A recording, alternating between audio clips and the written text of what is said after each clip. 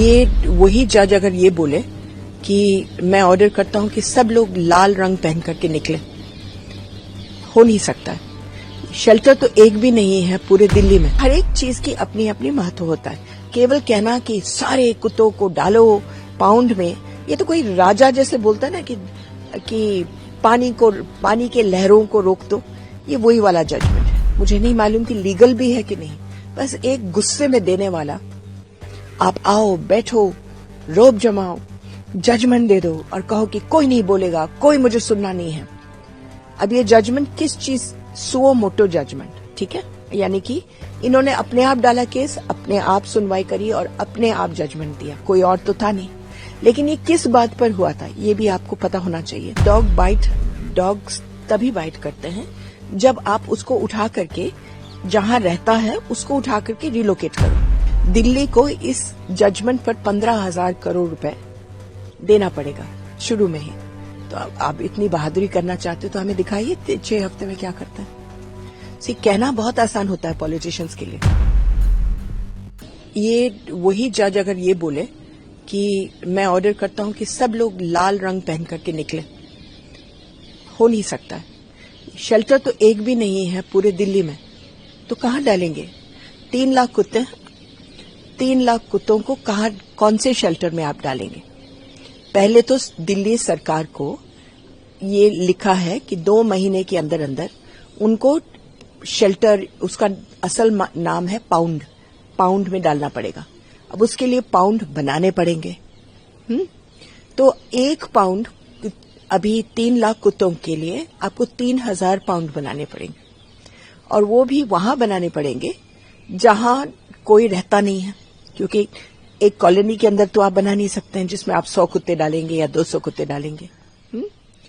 तो एक पाउंड को बनाने में आपको लगेंगे 4-5 करोड़, क्योंकि दीवारें बहुत बड़ी होंगी, जगह भी आपको चाहिए कम से कम 1 एकड़। तो 3,000 एकड़ आप ढूंढिए जहां लोग नहीं हैं और वहां बनाइए। दूसरी चीज ये है कि आपको 1.5 लाख लोगों को एम्प्लॉय करना पड़ेगा, क्योंकि सफाई के लिए। आखिर अगर 200 कुत्ते एक जगह में हैं तो गंदगी तो करेंगे ना बेटे, तो फिर कौन साफ करेगा? 1.5 लाख लोग। फिर वॉचमैन करना है, फिर इनके लिए खाना बनाने के लिए किसी को करना है। अगर आपने गलती से अगर बना भी लिए तो ये बताइए कि आप 5 करोड़ रुपए हफ्ते खर्चा करने के लिए तैयार हैं कुत्तों को खिलाने के लिए हर हफ्ते? क्योंकि अभी तो वो मुफ्त में खा रहे हैं, फीडर्स, सिविल सोसाइटी उनको खिला रही है। अब तो सरकार कह रही है कि नहीं, हम रखेंगे और हम खिलाएंगे। तो बताइए कहां से पैसे आएंगे? और अगर आएंगे भी तो लोग क्या नहीं बोलेंगे कि आप गरीबों के लिए कुछ कर नहीं सकते हैं, आप कुत्तों को खिला रहे हैं? तो एक तो ये नामुमकिन है। दूसरा, अगर मान लो कोई जादू से हो भी गया तो फिर क्या होगा? 3 लाख कुत्तों को आप डालेंगे, सबसे पहले आपकी हाथापाई होगी हर गली में, क्योंकि लोग जो खिलाते हैं खड़े होकर के मारामारी करेंगे, इसको मत लेना उसको मत लेना, शू शू करके भगा देंगे।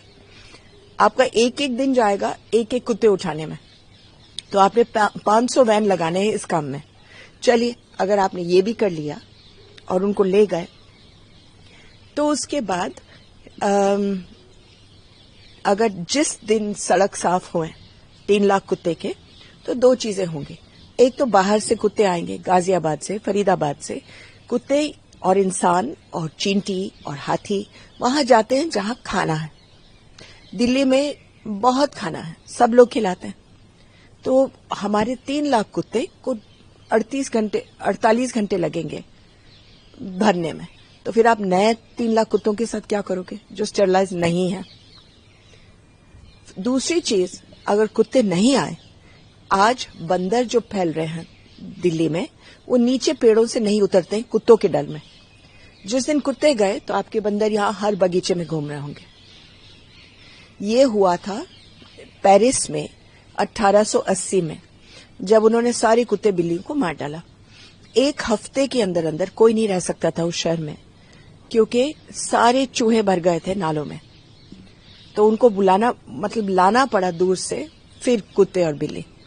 तो हर एक चीज की अपनी अपनी महत्व होता है। केवल कहना कि सारे कुत्तों को डालो पाउंड में, ये तो कोई राजा जैसे बोलता है ना कि पानी के लहरों को रोक दो, ये वही वाला जजमेंट है। मगर मैं एक और चीज कहना चाहती हूं, और वो ये है कि ये 2 बेंच का जजमेंट था, जो 2 बेंच का ऑर्डर था, 2 जजेस बैठे थे। इससे पहले सुप्रीम कोर्ट में 2 बेंच का ऑर्डर था जस्टिस माहेश्वरी का। तो क्या उनका चलेगा या इनका चलेगा? क्योंकि जस्टिस माहेश्वरी ने कहा सब कुछ बहुत ठीक है, थोड़ा सा इसको और अच्छा कर दो, बस। अब ये और ये तो बिल्कुल एक जैसे हुए, दोनों अलग अलग ऑर्डर्स आए हैं सुप्रीम कोर्ट से, तो कौन माना जाएगा? सुप्रीम कोर्ट की ओर से ये भी कहा गया है कि डॉग्स बाइट्स की घटनाएं लगातार बढ़ रही है, उसको देखते हुए ये ऑर्डर्स दिया गया है। इसके साथ ही मेयर का भी इस पर बयान आया। तो मैं ये कह रही हूं, डॉग बाइट्स पता नहीं बढ़ रहे हैं कि नहीं बढ़ रहे हैं, लेकिन हाँ, मीडिया उनके बारे में ज्यादा लिख रही है। और वो इसलिए है बेटा, डॉग्स तभी बाइट करते हैं जब आप उसको उठा करके, जहां रहता है उसको उठा करके रिलोकेट करो। अब मेरी कॉलोनी से उठा करके आपकी कॉलोनी में डालेंगे तो जाहिर है कि वो अकेला महसूस अपने आप को होता है, उसको चोट लगी है, लोग उसको डंडों के बाहर, वहां के कुत्ते उसको मारने के लिए तैयार है, किसी न किसी को तो काटेगा। अब क्या हो गया है कि इस शहर के RWA रात को वैन्स बुला करके कुत्ते उठवाते हैं ऑन पेमेंट और इधर उधर फिकवाते हैं हर एक गली में। अब ज्यादातर जहां फिकवाते हैं वो गरीबों के यहाँ, तो गलियों में जब नए नए कुत्ते आते हैं तो इतने भरे हुए होते हैं वो गलियां पहले से ही कि वहां मारामारी हो जाती है और फिर कुत्ते काटते हैं।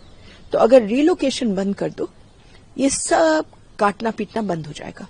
अब मेयर बहुत बहादुर इंसान है, 6 हफ्ते में वो 3000 जगह ढूंढ करके उनको बना भी पाएंगे और कुत्तों को भी पकड़ करके डाल देंगे और उनके खाने का इंतजाम भी करेंगे। दिल्ली को इस जजमेंट पर 15,000 करोड़ रुपए देना पड़ेगा शुरू में ही। तो अब आप इतनी बहादुरी करना चाहते हो तो हमें दिखाइए 6 हफ्ते में क्या करता है। कहना बहुत आसान होता है पॉलिटिशियंस के लिए। इसका उपाय ये है कि आप ABC सेंटर्स को ठीक से चलाएं, जो स्टेरिलाइजेशन करते हैं, रिलोकेशन बंद करवाएं, तो 2 साल के अंदर अंदर आपकी सारी मुसीबत खत्म हो जाएगी। अच्छा, उसके लिए हम लोग MCD के साथ बैठे थे, बहुत सारी मीटिंग हुए हैं और फ्राइडे को ही तय हुआ था एक 14 पॉइंट प्रोग्राम चल जाएगा और उसमें 2 साल के अंदर अंदर सबको राहत मिलती। लेकिन अब ये जजमेंट आ गया। अब ये जजमेंट मुझे नहीं मालूम कि लीगल भी है कि नहीं, बस एक गुस्से में देने वाला, आप आओ बैठो रोब जमाओ जजमेंट दे दो और कहो कि कोई नहीं बोलेगा, कोई मुझे सुनना नहीं है। अब ये जजमेंट किस चीज, सुओ मोटो जजमेंट, ठीक है, यानी कि इन्होंने अपने आप डाला केस, अपने आप सुनवाई करी और अपने आप जजमेंट दिया, कोई और तो था नहीं।